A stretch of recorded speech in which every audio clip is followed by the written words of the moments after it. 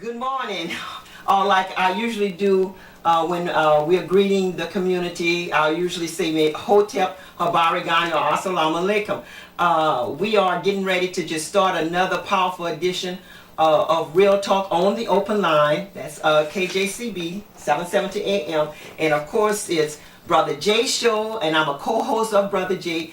And Brother Jay, you just tell us the conception behind Real Talk. But wait, before you do that, it is proper in the African tradition that we get permission to speak from one of our elders before we address the community. So I'm going to ask permission to speak. Permission to speak, sister. Thank you so much, my brother. Okay, Brother Jay, just tell us about Real Talk and your conception for this powerful program. Well, the conception of Real Talk is a spin-off from what we've been doing at the Acadiana Open Channel for so many years. Affordable. Yeah. That's the public access channel in Lafayette, Louisiana. We've been, Sister Khadija and I have been producing and directing the shows and different community shows for so many years at Acadiana Open Channel, which is Channel 15 on Cox and LUS on Channel 3 on Lafayette Utilities Network. So we decided to say, knowing that we have other shows that we deal with, let's take this to a show where we could get the community involved on a local and national level, where we could bring the people in, the politicians in, the movers and shakers, and we could talk in real time.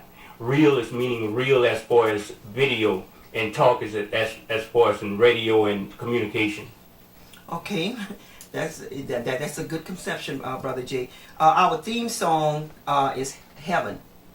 And Heaven Help Us. Heaven Help Us, and that's by Full Grown and Tea Time, and the other brother, I don't have his name, he's not with the group now, but that's a dynamic song. Actually, that song was used in a number of videos around the country for protests and marches and conscious, situations where people wanted information, wanted music to play for different type of ceremonies along those lines. Okay.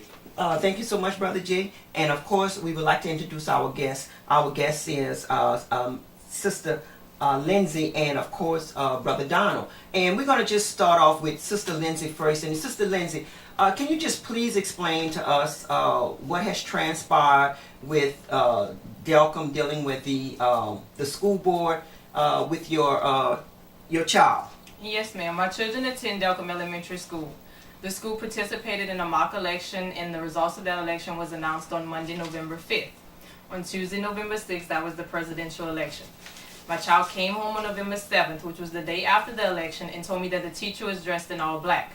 The teacher said that she was going to a funeral. When students asked who died, the teacher said it was the death of the United States. The teacher said that since Barack Obama won the election, the United States would be the new China. And she also said that the First Lady, being Michelle Obama, the food plan she had set out for the kids would look like toothpicks in a few months. On November 8th, I went to school to address the situation. I was not allowed to see my child to make sure that he was not questioned or harassed, because the night before, the teacher inboxed me on Facebook, which is against Iberia Parish School Board policies, asking would I really take the word of my 9-year-old child.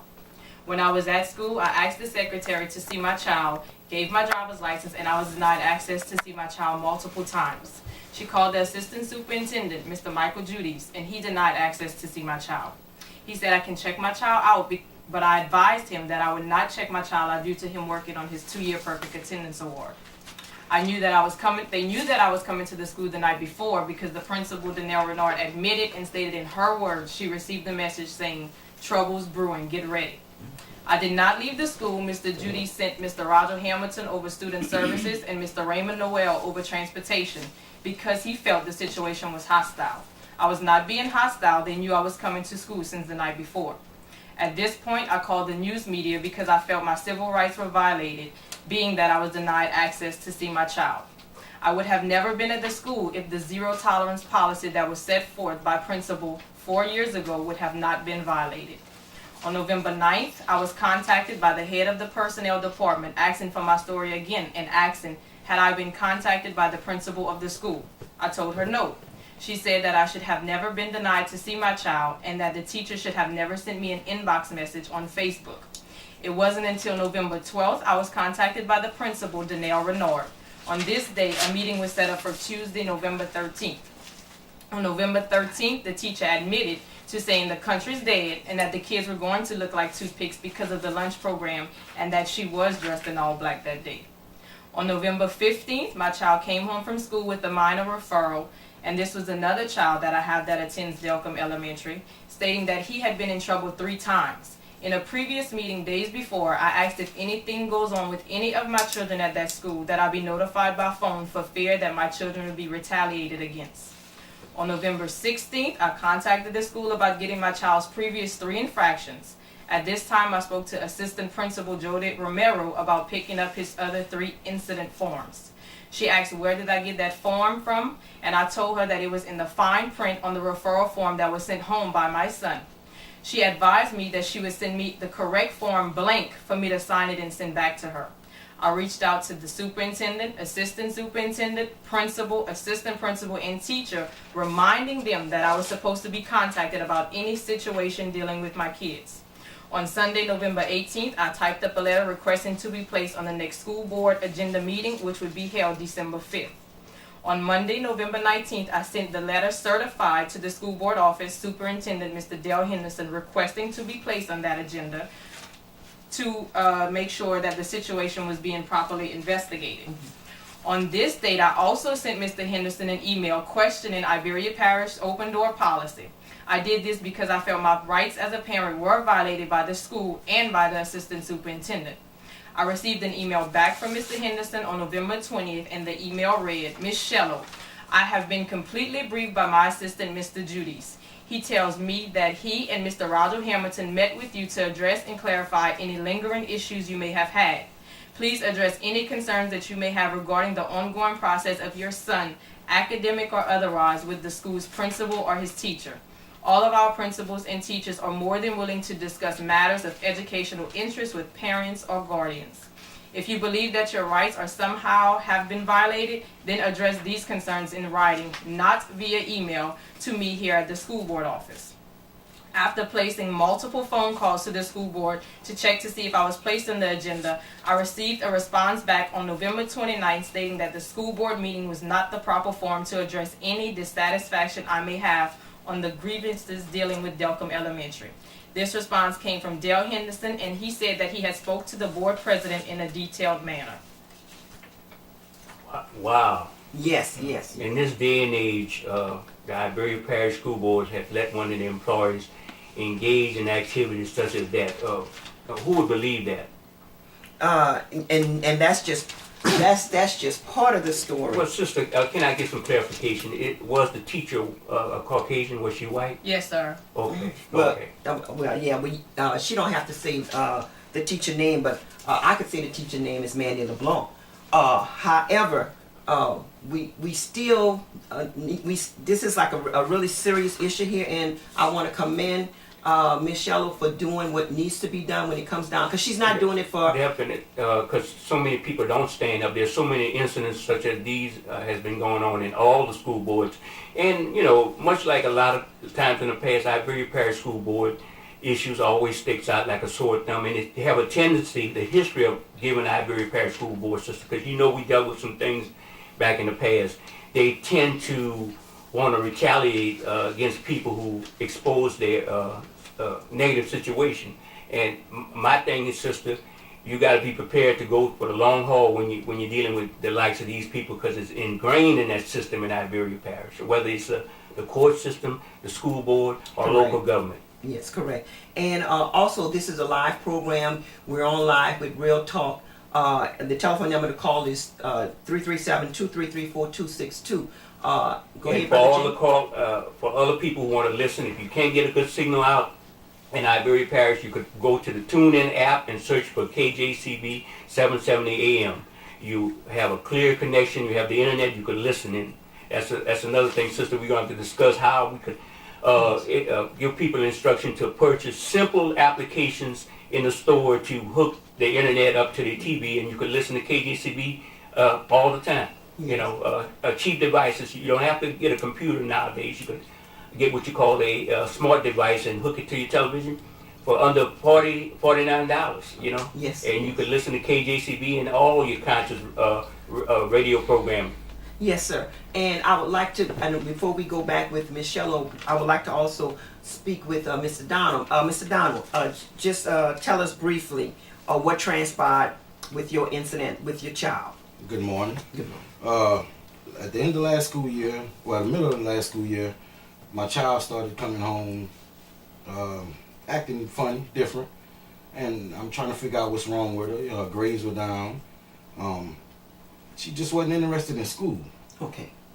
A couple months go by, I go talk to the principal first of all to try to get a transfer out the classroom. Okay. The principal tell me, no, I would rather stay in, this is a good teacher, such and such, but my child's still not performing.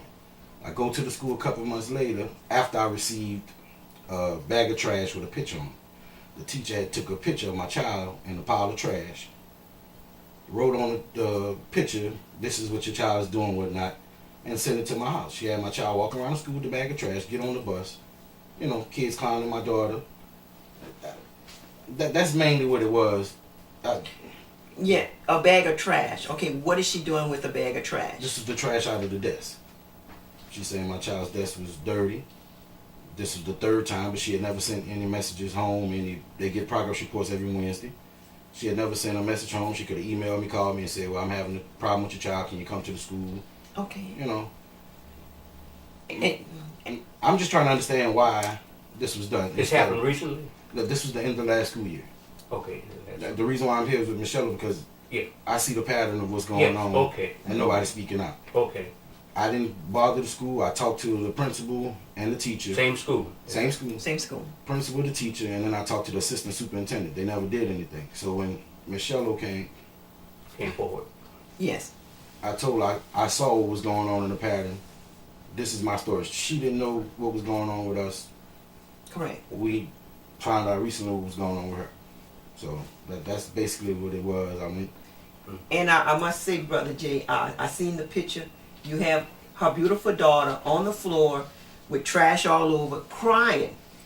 I mean, just for the teacher to even do that, I mean, it's just unbelievable. One could imagine the other instances of What she these did practices before. in the Iberia Parish School Exactly. Board. That's indicative of from what you hear in the school system in Delpham, which is a part of the Iberia Parish school system. Has any other people complained? Yes, they yeah, are. You got kids that's dropping out. Last school year, you had maybe 3 students that got pushed out of school because they had dreadlocks. Because they had locks. Did you hear what he said? Yes. 3 young men got pushed out of school because they were harassed totally about their locks. And was the school board properly notified of all these The incidents? school board said that the principal had the right to do what they wanted to do. How about the individual members of the school board? No.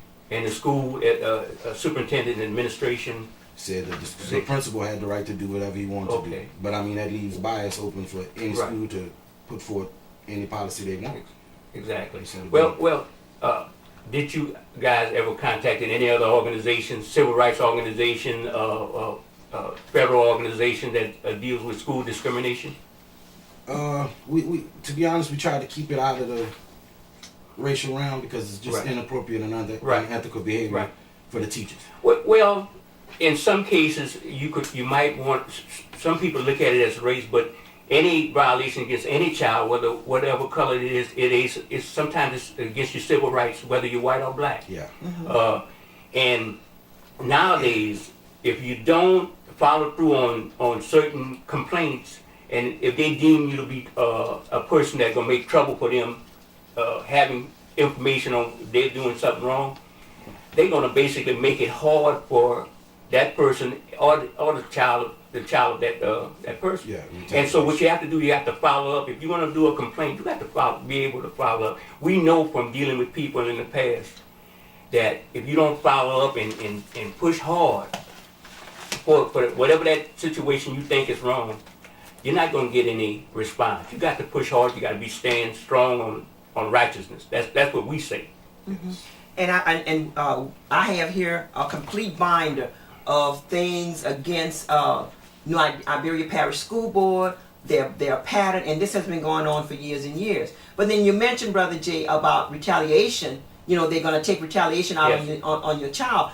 Not only do they take retaliation off their child, but also from the parent themselves. Now, Michelle, she don't have a job now anymore. Now, what does her job performance has to do with her complaint against the Iberia Parish School It Board? either was a coincidence or there was some bias against her because of what transpired with her child. Yes. Okay, Ms. Shallow, can you speak to that? There was no incident, no No write-ups, no incidents, no complaints, anything. I was doing my job, and I even asked the owner of the company, you know, what does my job performance have to do with what's going on at my children's school? Is that a company employed by the Iberia Parish School Board? He has a contract through Iberia Parish School Board. Oh, basically.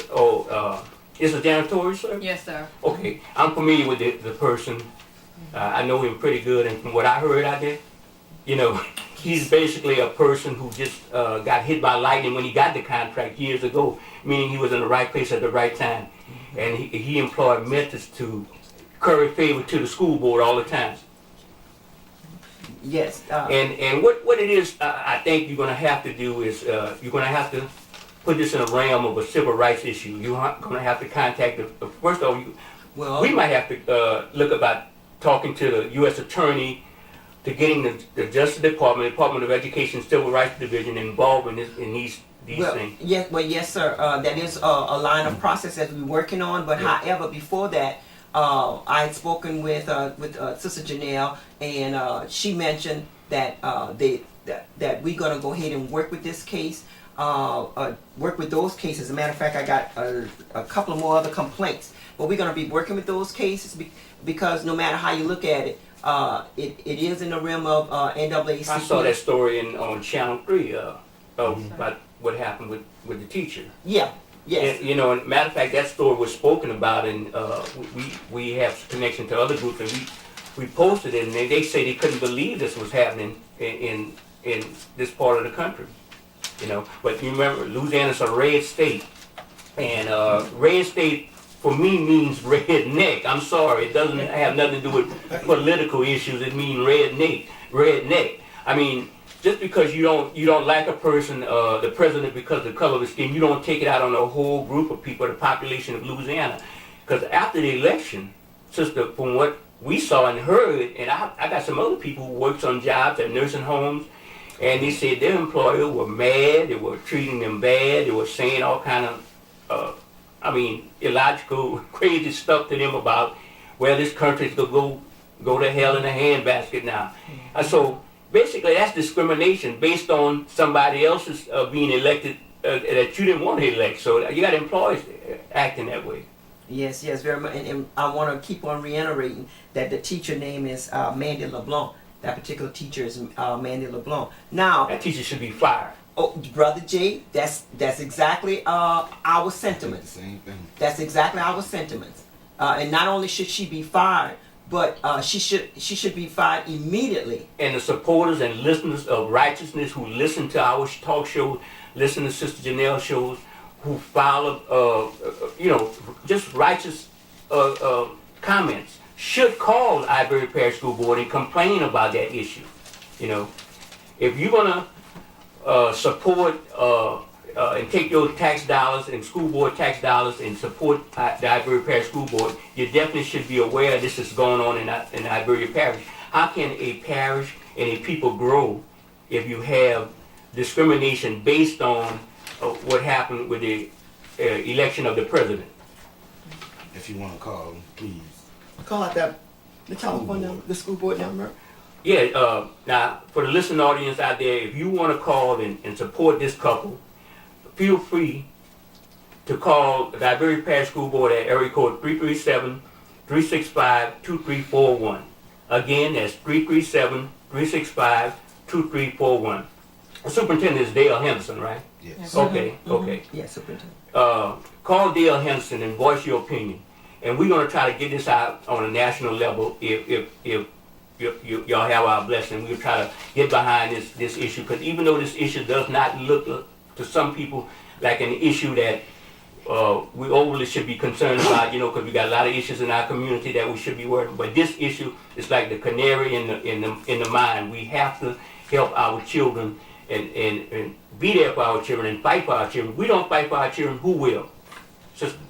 Yes, very much so. And that's the number that you call out to the Iberia Parish School Board. But we also going to try to, well, like I stated, we also working with Janelle, and she'll be contacting Mr. Johnson. So everything is being done properly. But Brother Jay, I want to also mention that there's a lack of black teachers that is there at Delcom now.